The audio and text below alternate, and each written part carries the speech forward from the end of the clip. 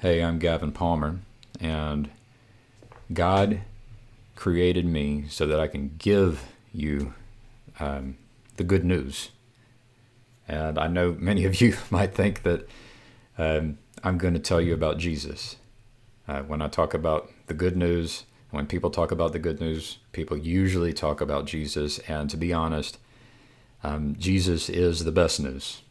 But that's not the good news I'm going to talk about in this video. The good news I'm going to talk about in this video is that the corruption we see everywhere in the world, it can be reduced with technology, with the help of technology, with tools.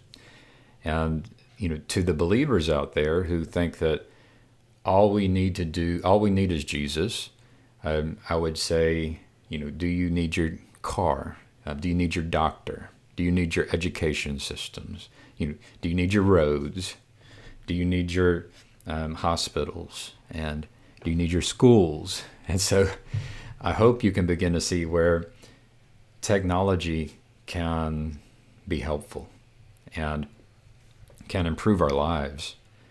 And so God created me and gave me a life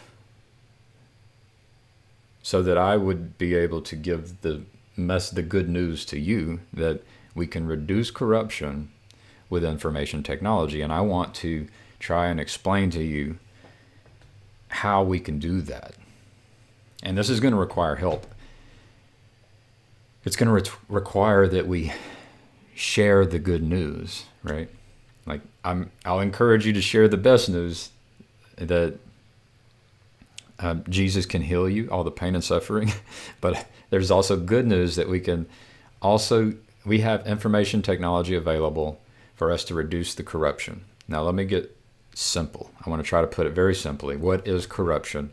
Well, if you hurt your toe and your toe becomes infected,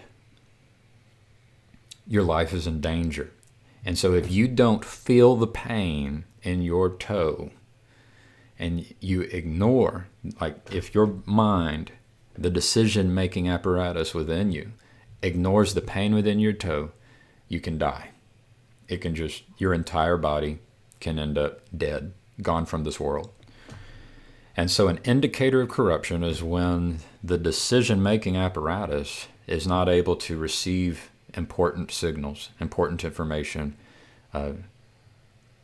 within the body which it is attempting to serve. And so this is true within our body as people, as individuals, and it's true within a family, a neighborhood, a city, a church, a religion, a city government, county government, state government, government of a province, government of a country, international government. Like at every level, we have bodies like our own body, and the indicator of corruption is, and I say it might be that it's an indicator of corruption, but it may be the indicator of corruption, is that an inability for the decision-making body to receive information, important information, vital information. And so it's a problem we can solve with information technology. Okay. Now, what has God shown me? I feel like giving you my resume about what I've been doing throughout my life so that God could reveal this good news to me. So I can explain all of this and the importance of information technology and how it has been used throughout the world, the history of it before I was born, and what's going on now today and how I have been a part of it and how I've grown and learned. And I think it's what I'm going to do, I'm just going to shine a light on the products, these services is a better word, but that is offered by a company. And there are other companies who offer similar services. So that's what I'm going to do now. So, full transparency, I work for this company. And I've been working for this company since September 2018. and the company is called Soci. And I don't want this to come off as I'm trying to make more money. I want this to come off as Soci creates products and provides services which are the kinds of services that can be provided to any organization to solve problems faced by any organization of people who is interested in reducing corruption, but with information technology, so that the important signals are received and can be processed. And I'm not trying to say that my company is perfect, and I know there are other companies that provide similar services. And to be honest, these kinds of services are services that many people should be building and using in order to solve corruption, because corruption is such an important problem. And so the verbiage and the words that my company is using, they are targeting like other businesses. So this is like a B2B company, but this is these kinds of services can be offered to governments and to religions, politics and religion. And they don't target the governments, and they don't target the religions, but I want to see the governments and the religions. I want to see corruption reduced within government and religion, and these kinds of services, these kinds of information technology services are so important. So let's go through a few of these. So they get advertised as a co-marketing cloud for multi-location enterprises. What that means is a company like Walmart or Ace Hardware, many different companies, can manage all of their social media.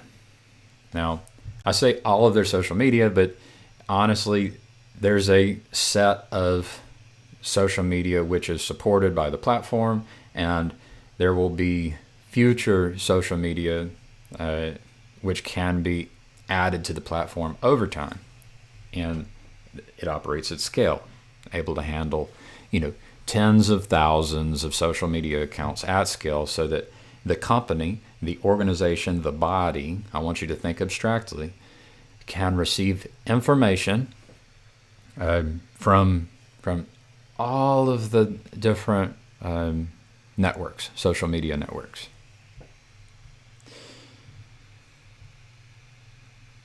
So here's their verbiage: one central place to automate and scale your marketing that's brand directed, locally perfected, and data connected.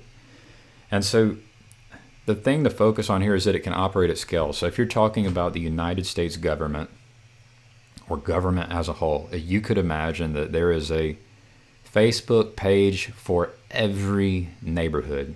Perhaps there's a neighborhood, maybe each neighborhood consists of 100 people. And so every neighborhood could have a Facebook page. And the platform would allow for every person as part of the community, of the society, to receive relevant information and to transmit relevant information, so that those who make decisions can be informed. And this can happen in churches. Right now there's a disintegration within churches and within governments, and this is one of the biggest reasons why we have corruption, and it is like the biggest indicator of corruption. And with this kind of technology, we can begin to connect people with their decision makers, and we can begin to connect decision makers with people, so that relevant information is able to be handled using information technology.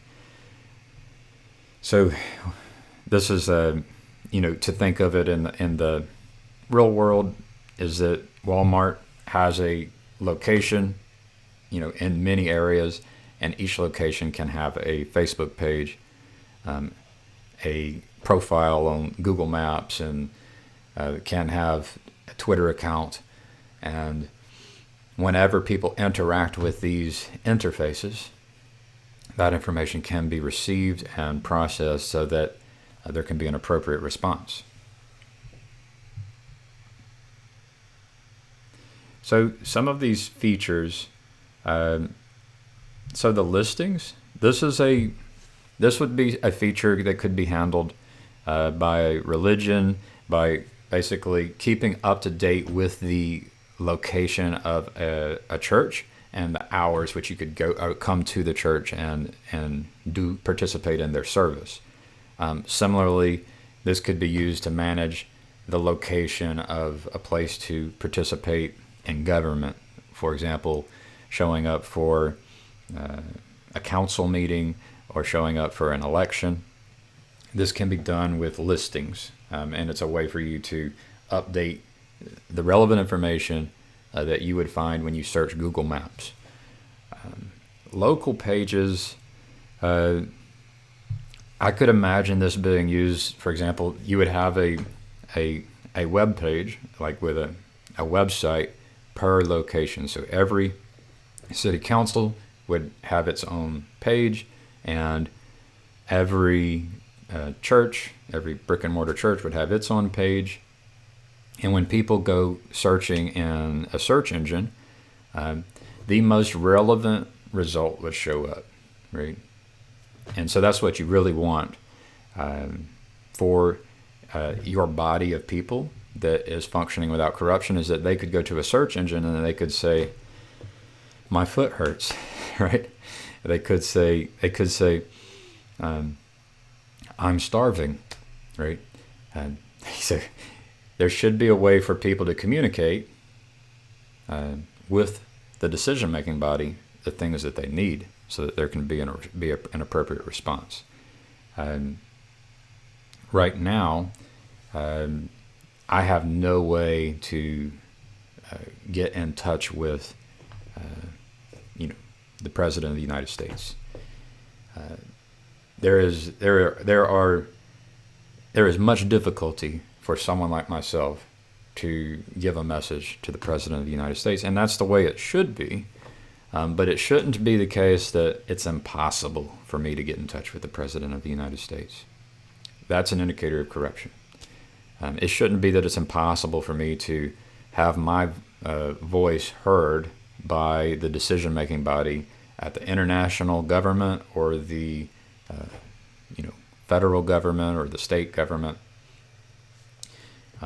There should be some kind of path by which a person can receive attention if they have something important to say. And what that means is that there has to be a system which allows people to try and say something important, and then there has to be algorithms in place to determine whether the person saying something is saying something important, and the chances are they are. Almost everyone has something important to say, and then they become connected with the relevant people so that that information is heard, that those people are listened to. Because the corruption in our world, it's directly connected to people experiencing pain and suffering and being unable to connect with those who would be able to make good decisions such that there can be healing and education. Social. So this is the idea that every city, every church can have their social media managed through the platform, such that when the Catholic Church wants to send out a post, it could actually be sent out to every location. The Latter-day Saints, if they wanted to send out a post, it could be simultaneously broadcast to every location. And then when anyone responds to a post, it gets aggregated back into the platform. And whenever anyone wants to send a private message to a church, it can be aggregated. And then within the platform, it can be handled locally, and it can be escalated to higher orders, higher levels of responsibility. They have reviews. Reviews are very important. You want to receive feedback. Like when I go to the local government building and they make a mistake, it would be beneficial if the mistakes that are being made were known, so that there could be learning. It doesn't need to be that the mistakes are known so that people are just fired. Ideally, mistakes are known so that people are accountable for transforming toward the good, becoming better, and learning and growing. And so without this relevant feedback about errors and mistakes that are being made, then there is no accountability. And so being able to receive reviews where people provide feedback about their experiences when they encounter people at church or when they encounter people in a government building, this is religion and politics, then there can be the reduction and corruption as healing and learning happens, right? So advertisements, sometimes there may be, advertisements, the goal of the advertisement is to attempt to let a specific audience know about information. And so advertisements might not need to be, as they are presented by this company that I work for, they may not be needed by government and religion, but maybe they do. But I know that there's ultimately a need there, such that the people who are interested in certain information would receive it. And I could go deep into solutions for that problem, but it can happen, right? Especially with the artificial intelligence. Every person can create a prompt which represents themselves and what they're interested in, so that as city council meetings are being recorded and decisions are being made, that information feeds into the platform, and it passes through each individual's prompt, their profile, and the signals are identified and fed to the people, right? And so it's a similar process for figuring out how to connect people and the information they have with the relevant decision-making apparatus. Surveys, very useful. That helps hold people accountable. It helps for that error correction process, that learning, the reduction of corruption. Chatbots is a interesting. It's a basically the chatbots allow for